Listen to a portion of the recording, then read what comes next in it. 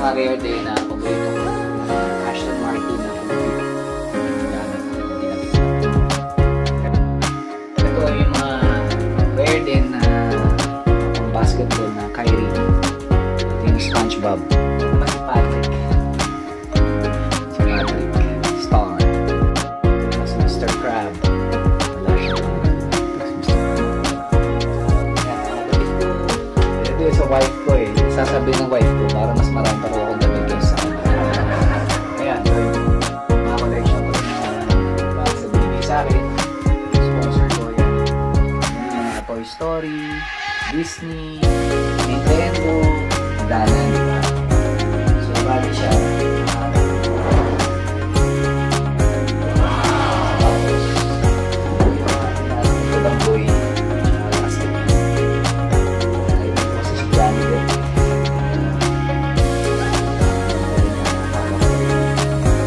Star Wars collection.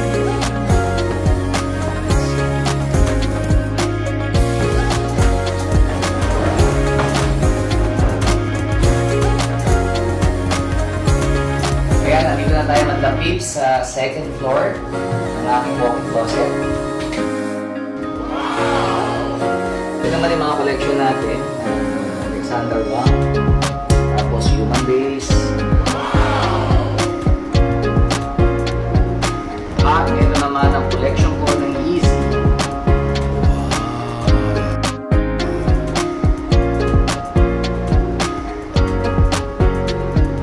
Tapos NFTs yan. Dati kasi sumigat din ng NFTs. So maraming rare na mga lumabas na mga pinalik din natin. At ito naman ang off-white.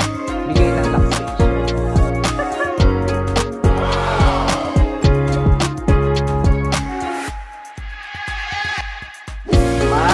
Collection ko ng Dior.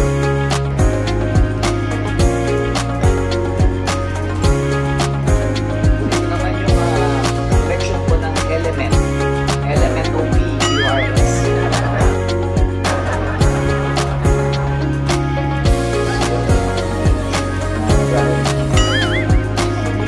Ito naman si Kuya Gary. Malaysia.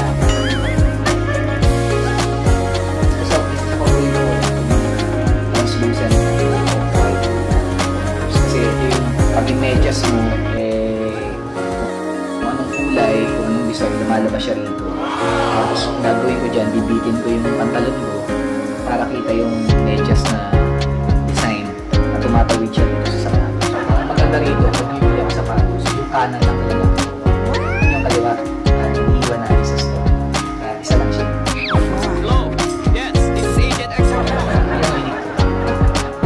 Hindi sa kabila.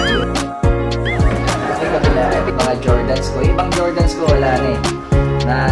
Ano ng anak ko eh. Nakindap na ng mga anak ko. Kaya ito na yung mga nag-iwan. Ito po yung mga collection ko naman ng watch. Tapos meron ko.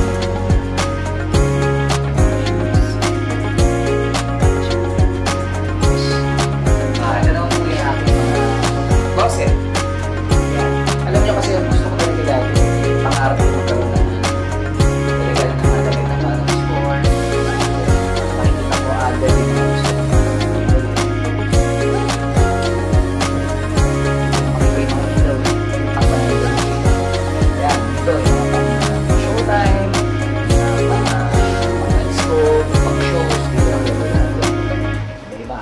Jackets. Ito naman yung mga leather shoes ko yan. Kasi doon mga rubber shoes dito.